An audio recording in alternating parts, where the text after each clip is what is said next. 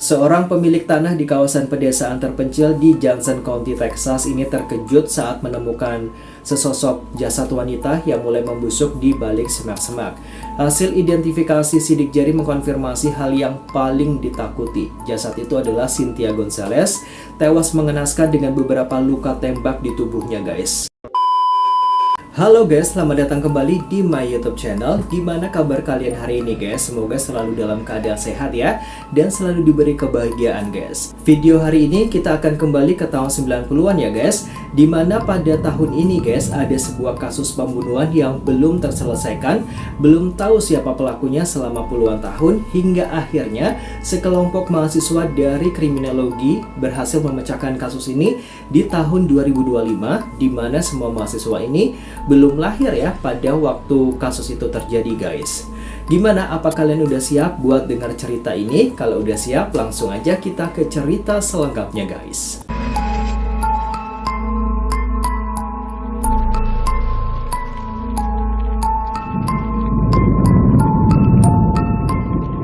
Bagi sebagian besar mahasiswa, tugas kuliah adalah tentang membaca lembaran teori, menghafal pasal-pasal, dan mengejar nilai di atas kertas. Namun pada musim gugur tahun 2025 di Texas guys, sekelompok mahasiswa kriminologi melangkah masuk ke sebuah ruang kelas yang berbeda. Di hadapan mereka bukan buku teks tebal yang disajikan ya, melainkan banyaknya tumpukan-tumpukan berkas usang berselimut debu ya, foto-foto tempat kejadian perkara yang sangat mengerikan, dan satu nama korban yang telah dilupakan dunia selama 34 tahun. Dia adalah Cynthia Renee Gonzalez guys. Tugas mereka bukan sekedar belajar ya, melainkan memburu seorang pembunuh yang mengira dirinya telah lolos selamanya. Ini adalah kisah nyata tentang bagaimana ketajaman mata para remaja dan mahasiswa meruntuhkan kebuntuan investigasi selama puluhan tahun guys. Oke guys, sekarang kita akan putar balik waktu ya ke malam yang mengawali mimpi buruk ini guys. Pada hari Selasa 17 September tahun 1991 di kota Arlington, Texas, Cynthia Gonzalez adalah seorang ibu muda berusia 25 tahun. Malam itu guys, ia berpamitan ya untuk pergi menemui seseorang di Arlington. Sesaat sebelum melangkah keluar pintu, Cynthia ini sempat menatap putri kecilnya yang masih balita ya, dan ia berjanji akan segera kembali untuk mengantarnya tidur. Cynthia pun masuk ke dalam kendaraannya, menyalakan mesin, dan berkendara menembus kegelapan malam Texas guys. Ia tidak pernah menduga bahwa langkah kaki keluar dari rumah malam itu adalah langkah terakhirnya dalam kondisi hidup ya. Cynthia Gonzalez ini dikabarkan menghilang tanpa jejak. Keesokan paginya, kepanikan sudah mulai mencengkram pihak keluarga ya ketika si Cynthia ini tidak kunjung pulang guys. Mantan suaminya segera membuat laporan orang hilang ke kepolisian Arlington guys.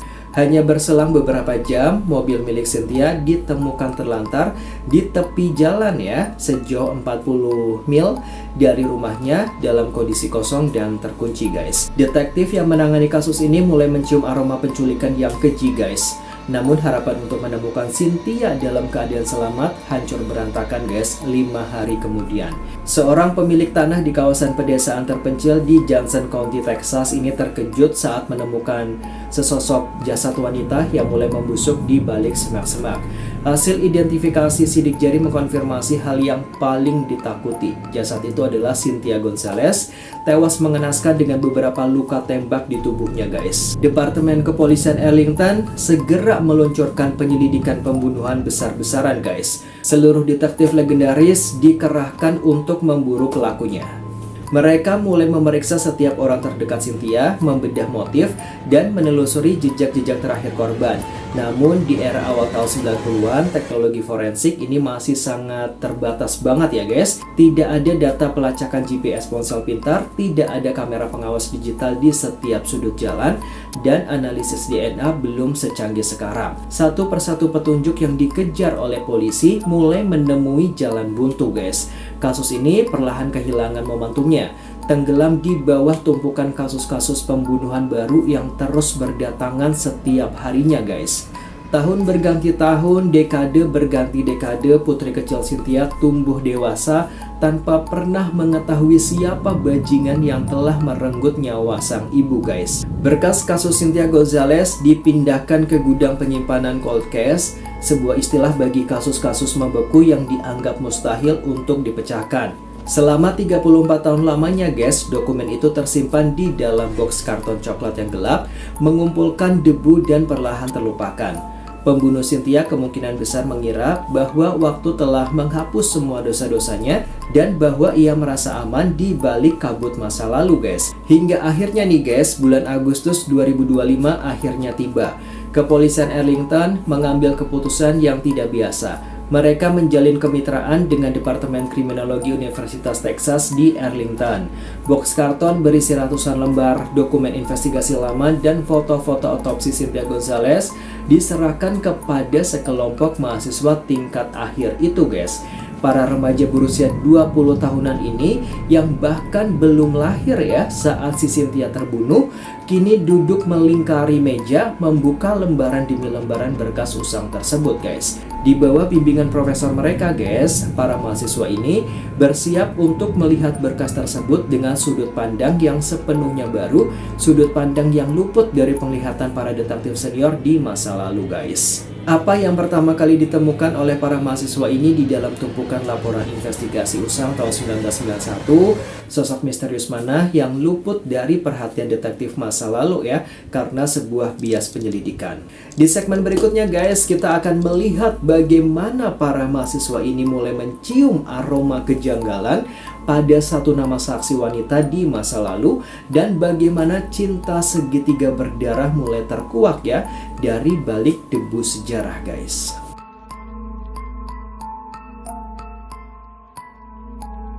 Ketika para detektif senior tahun 1991 menyerah pada kasus Cynthia Gonzalez, mereka meninggalkan ratusan lembar transkrip wawancara yang dianggapnya tidak lagi berguna, guys. 34 tahun kemudian, di bawah lampu neon ruang seminar University of Texas, lembaran-lembaran itu mulai dibedah kembali oleh para mahasiswa itu, guys. Mahasiswa kriminologi tidak memiliki peralatan laboratorium canggih atau senjata di pinggang mereka, guys. Namun mereka memiliki sesuatu yang sering kali hilang dari para polisi yang kelelahan, yaitu waktu yang melimpah untuk membaca setiap baris kata dengan seksama dan pikiran yang bersih ya dari bias masa lalu. Di segmen ini kita akan melihat bagaimana ketelitian para mahasiswa menemukan retakan pertama pada alibi seorang pembunuh, guys. Di minggu-minggu pertama proyek, guys, para mahasiswa dibagi menjadi beberapa tim untuk menyisir hampir 500 halaman dokumen. Aturan pertamanya adalah jangan mempercayai kesimpulan detektif terlebih dahulu ya. Saat membaca berkas interogasi awal dari September 1991, guys, perhatian para mahasiswa tertuju pada garis besar penyelidikan lama, guys. Pada masa itu, detektif sangat fokus ya pada para pria di sekitar kehidupan si Cynthia, guys. Mulai dari mantan suami hingga teman pria yang sempat berkomunikasi dengannya. Ini adalah bias investigasi yang lumrah. Secara statistik, pembunuhan berdarah terhadap seorang wanita muda seringkali melibatkan pelaku pria. Nah, fokus yang terlalu sempit inilah membuat polisi mengabaikan detail-detail kecil yang diberikan oleh para saksi wanita yang berada di lingkaran luar kasus ini, guys. Para mahasiswa mulai menyusun ulang jaring hubungan sosial Cynthia Gonzalez menggunakan papan tulis digital modern. Saat itulah, guys, sebuah nama wanita muncul berulang kali dalam catatan, yaitu Jenny Parkin. Pada tahun 1991, guys, si Jenny ini baru berusia sekitar 20-an. Dalam berkas lama, ia hanya diwawancarai secara singkat sebagai kenalan dan dilepaskan begitu saja karena polisi menganggapnya tidak memiliki motif fisik untuk melakukan eksekusi dengan senjata api. Namun ketika para mahasiswa membaca transkrip wawancara Jenny kata demi kata, mereka menemukan sebuah kejanggalan yang emosional. Bahasa tubuh yang dicatat oleh petugas saat itu menunjukkan Jenny sangat gugup, memberikan alibi yang berputar-putar, dan beberapa kali mengubah garis waktu keberadaannya pada malam hilangnya si Cynthia itu, guys. Melihat adanya ketidaksesuaian tersebut, guys, para mahasiswa mulai melakukan investigasi latar belakang atau background check ya secara mandiri menggunakan basis data publik digital yang tidak tersedia pada tahun 1991. Hasilnya sangat mengejutkan. Mereka menemukan benang merah asmara yang disembunyikan dengan rapi di masa lalu. Jenny Parkin ternyata memiliki hubungan emosional yang sangat rumit dan konflik kecemburuan yang mendalam terkait pria yang dekat dengan Cynthia Gonzalez. Ini bukan sekedar pembunuhan acak guys, ini adalah kecemburuan buta yang membara ya. Jenny Parkin ini memiliki motif terkuat yang diabaikan oleh detektif pada tahun 1991 hanya karena ia adalah seorang wanita yang tampak tidak berbahaya di ruang interogasi. Tidak hanya itu loh guys, para mahasiswa menemukan fakta hukum yang krusial dari dokumen poligraf usang. Pada tahun 1991, Jenny Parkin sebenarnya sempat menjalani tes deteksi kebohongan atau polygraph test. Hasil tes masa lalu itu menunjukkan indikasi penipuan yang sangat kuat ketika Jenny ditanya apakah ia mengetahui lokasi jasad Cynthia sebelum ditemukan. Namun karena alat poligraf tidak dapat dijadikan bukti mutlak di pengadilan dan polisi saat itu kekurangan bukti fisik pendukung, hasil yang mencurigakan itu hanya berakhir di dalam box karton tertimbun oleh waktu. Para mahasiswa tahu guys, mereka telah menemukan sang predator yang tersembunyi di balik kabut sejarah. Dengan bukti analisis hubungan sosial, inkonsistensi alibi dalam transkrip lama guys, dan hasil poligraf yang sangat mencurigakan, para mahasiswa menyusun sebuah laporan komprehensif setebal puluhan halaman. Mereka mengetuk pintu ruang kerja detektif unit cold case kepolisian Arlington ya. Ketika para detektif aktif membaca laporan yang disusun oleh anak-anak muda ini, raut wajah mereka berubah dari skeptis menjadi sangat tegang guys. Para mahasiswa ini baru saja menyerahkan cetak biru untuk menangkap seorang pembunuh yang mengira dirinya telah lolos. Kini bola panas berada di tangan polisi untuk mengubah analisis teori di ruang kelas menjadi sebuah operasi penangkapan real di dunia nyata. Bagaimana kepolisian menindaklanjuti laporan berlian dari para mahasiswa Texas ini guys? Bukti teknologi modern apa yang akhirnya digunakan polisi untuk mengunci alibi palsu Jenny Parkin setelah 34 tahun? Kita akan bahas sesaat lagi ya. Tapi sebelum aku lanjutin ceritanya guys, aku mau ingetin kalian buat support terus channel ini agar lebih berkembang dengan cara like, komen, dan subscribe. Biar aku semakin semangat ya buat menghadirkan kisah sejarah dan misteri dunia lainnya guys.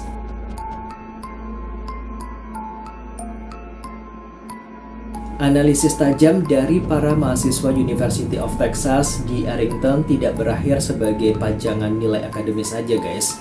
Laporan setebal puluhan halaman yang mengungkap keterlibatan Jenny Parkin memaksa unit cold case kepolisian Arlington untuk bergerak ya. Bagi polisi, membiarkan analisis mahasiswa terbukti benar adalah satu hal. Namun membuktikannya di bawah hukum pidana saat ini adalah tantangan yang sepenuhnya berbeda. Detektif senior segera mengambil alih kendali, memulai sebuah operasi senyap untuk memverifikasi temuan anak-anak muda ini ya di dunia nyata. Kali ini kita akan melihat momen bagaimana polisi mengubah teori ruang kelas menjadi perburuan hukum yang nyata guys. Langkah pertama yang dilakukan detektif adalah melacak keberadaan si Jenny Parkin di masa kini. Menggunakan sistem pelacakan data federal modern, mereka menemukan bahwa wanita yang dicari kini telah berusia 63 tahun guys. Jenny menjalani kehidupan yang tenang jauh dari hiruk-pikuk masa lalunya di tahun 1991. Bagi para tetangganya, ia adalah seorang wanita lansia yang sangat ramah dan tampak tidak berbahaya. Jenny tidak pernah tahu bahwa di dalam ruang arsip kepolisian, namanya kini telah dilingkari dengan tinta merah. Polisi mulai melakukan pengintaian senyap, memantau aktivitas harian Jenny untuk memastikan ia tidak melarikan diri sebelum semua bukti hukum terkunci dengan sangat sempurna guys. Sambil mengintai Jenny, detektif bergerak ke gudang penyimpanan bukti fisik lama. Mereka mencari sisa-sisa material biologis yang diamankan dari tempat kejadian perkara dan mobil Cynthia Gonzalez pada tahun 1991. Disinilah sains modern dari abad ke-21 bermain guys. Bukti-bukti lama yang dulunya tidak bisa dianalisis karena keterbatasan teknologi, kini diekstrak kembali. Menggunakan metode silsilah genetik atau investigative genetic genealogi ya, dan analisis DNA forensik tingkat lanjut. Tim Laboratorium Forensik Texas ini mencoba mencari jejak material biologis tersembunyi yang tertinggal di baju korban dan interior kendaraan. Hasil laboratorium ini akan menjadi penentu apakah teori kecemburuan berdarah pada mahasiswa bisa dibuktikan secara sains. Namun kejutan forensik terbesar justru datang dari berkas mahasiswa saksi baru yang dilakukan oleh detektif berdasarkan petunjuk mahasiswa guys. Polisi mendatangi kembali orang-orang di masa lalu yang sempat mengenal Jenny dan Cynthia guys. Di bawah sumpah ya, beberapa saksi lama yang kini sudah menua akhirnya berani memberikan kesaksian yang lebih jujur, hal-hal yang takut mereka ungkapkan pada tahun 1991 guys. Mereka membenarkan bahwa Jenny Parkin sempat memiliki akses terhadap senjata api sebelum malam pembunuhan guys, dan bahwa Jenny pernah melontarkan ancaman fisik secara spesifik kepada Cynthia akibat api cemburu yang membakar pikirannya. Potongan teka-teki dari masa lalu dan masa kini perlahan-lahan mulai menyatu guys, membentuk sebuah gambaran kejahatan yang sangat utuh. Dengan kombinasi kesaksian saksi baru, riwayat alibi palsu yang berhasil dibongkar oleh para mahasiswa, serta pergulatan bukti forensik, Jaksa Wilayah Tarrant County menyatakan bahwa bukti sudah lebih dari cukup untuk melakukan sebuah penangkapan. Sebuah surat perintah penangkapan atas tuduhan pembunuhan berencana resmi dikeluarkan oleh Hakim Pengadilan Texas. Operasi senyap ini akhirnya telah mencapai puncaknya guys. Barisan mobil polisi tanpa logo mulai bergerak mendekati kediaman Jenny Parkin, bersiap untuk mengakhiri kebebasan yang telah ia nikmati selama lebih dari 3 dekade berkat andil besar dari sekelompok mahasiswa kriminologi yang menolak untuk melupakan korban. Bagaimana reaksi Jenny Parkin saat pintu rumahnya diketuk oleh barisan detektif yang membawa surat perintah penangkapan atas kejahatan 34 tahun lalu? Pengakuan atau pembelaan apa yang akan ia lontarkan di ruang interogasi modern? Di segmen berikutnya guys, kita akan menyaksikan momen dramatis penangkapan Jenny Parkin, konfrontasi bukti di ruang interogasi, dan bagaimana berita ini mengguncang dunia akademis kriminologi guys.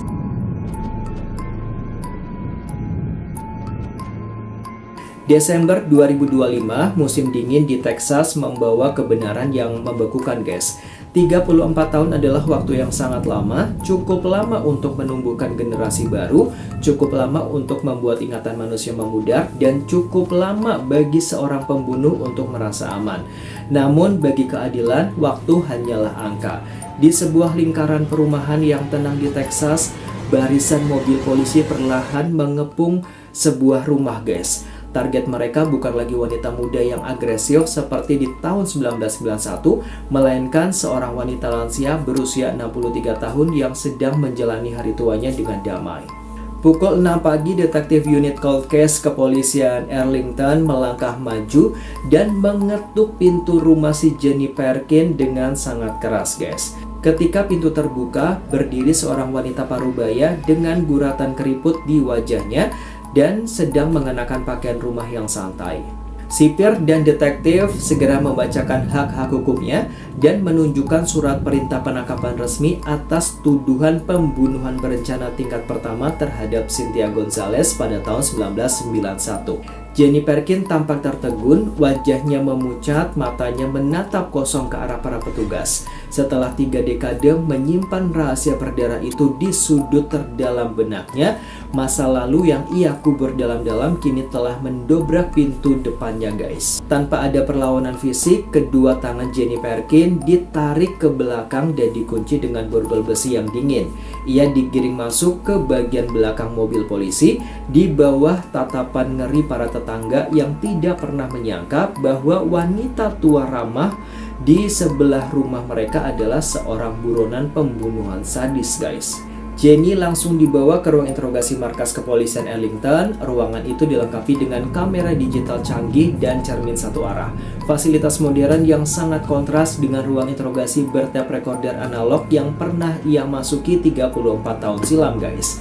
Di dalam ruang interogasi, detektif senior mulai menggelar bukti-bukti baru di atas meja. Mereka membeberkan kembali inkonsistensi alibi lamanya yang berhasil dianalisis oleh para mahasiswa kriminologi. Detektif juga mengkonfrontasi Jenny dengan hasil tes poligraf tahun 1991 yang menunjukkan kebohongannya, serta kesaksian-kesaksian baru dari orang-orang masa lalu yang mulai berbicara.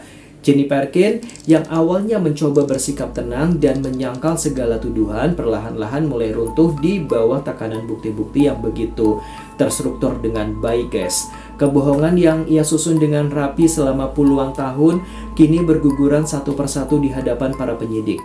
Jenny Perkin mendekam di sel tahanan sementara dengan jaminan miliaran rupiah.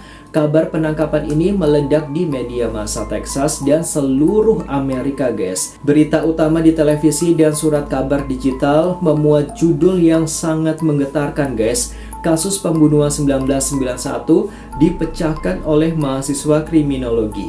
Ruang kelas University of Texas di Arlington mendadak dipenuhi oleh jurnalis, guys.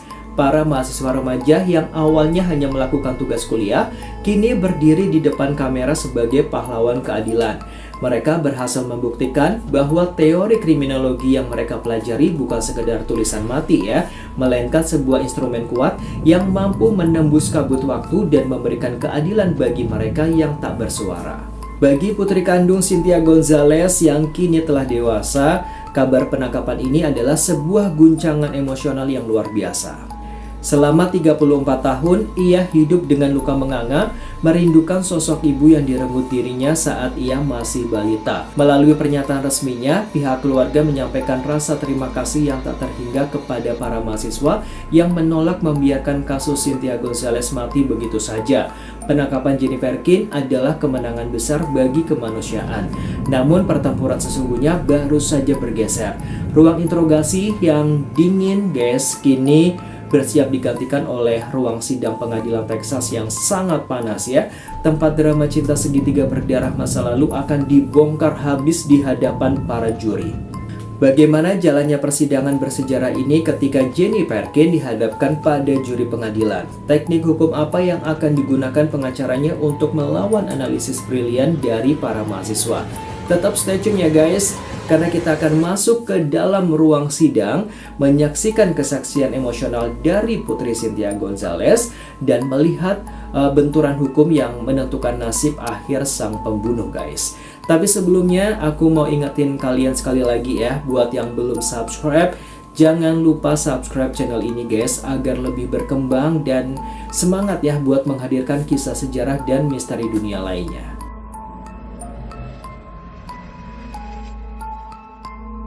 Awal tahun 2026, gedung pengadilan kriminal Tarrant County di Texas menjadi pusat perhatian publik, guys. Di satu sisi ruang sidang, duduk putri kandung Cynthia Gonzalez yang kini telah dewasa membawa foto mendiang ibunya yang tersenyum di tahun 1991. Sementara di sisi lain, Jenny Perkin duduk dengan wajah kaku di samping tim pengacaranya.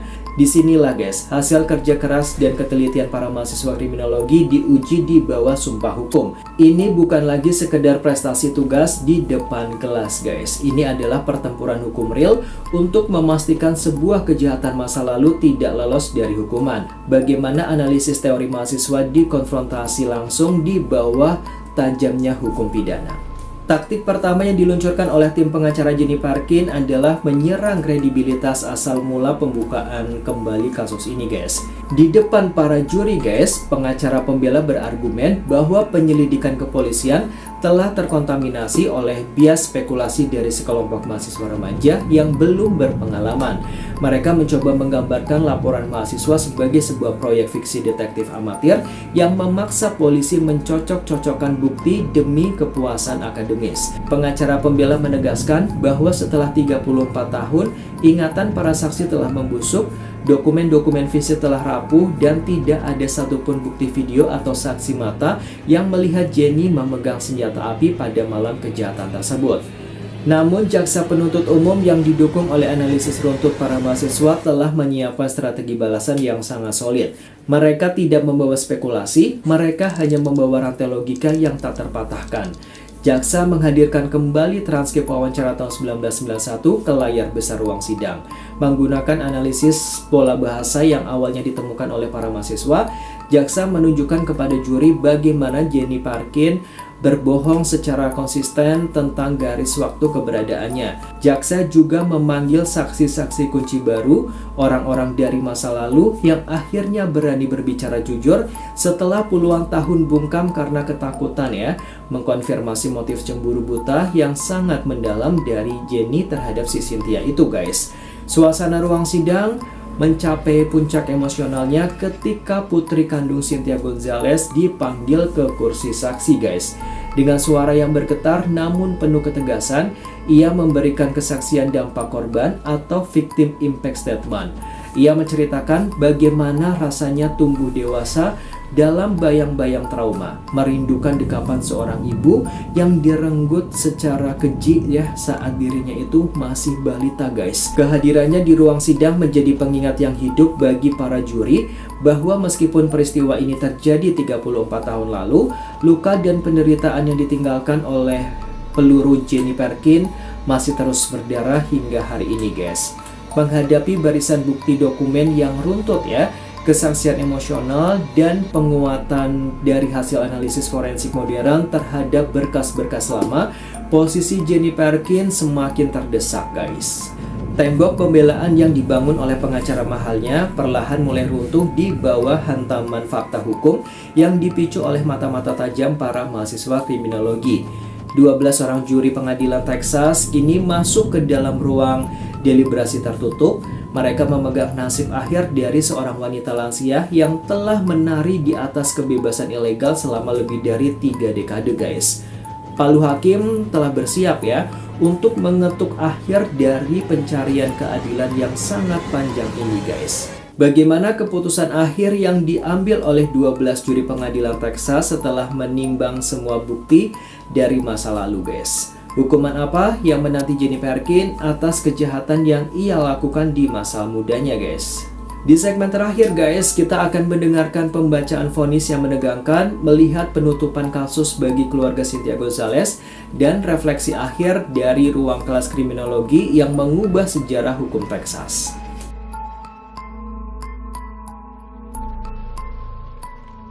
Setelah deliberasi yang menegangkan di balik pintu tertutup guys, 12 juri pengadilan Texas akhirnya melangkah kembali ke ruang sidang. 34 tahun pelarian, kebohongan, dan ketakutan yang disimpan rapat-rapat oleh Jenny Parkin kini berada di ambang batas akhir. Di bawah lampu ruang sidang Tarrant County yang dingin guys, hakim bersiap membacakan dokumen yang akan menentukan apakah sistem hukum kita sanggup membayar utang keadilan kepada seorang ibu muda yang tewas mengenaskan di tahun 1991. Panitera pengadilan mulai membacakan lembaran keputusan juri atas dakwaan pembunuhan berencana tingkat pertama terhadap Cynthia Renee Gonzalez. Juri menyatakan Jenny Parkin bersalah guys. Pernyataan itu runtuh seperti petir di ruang sidang.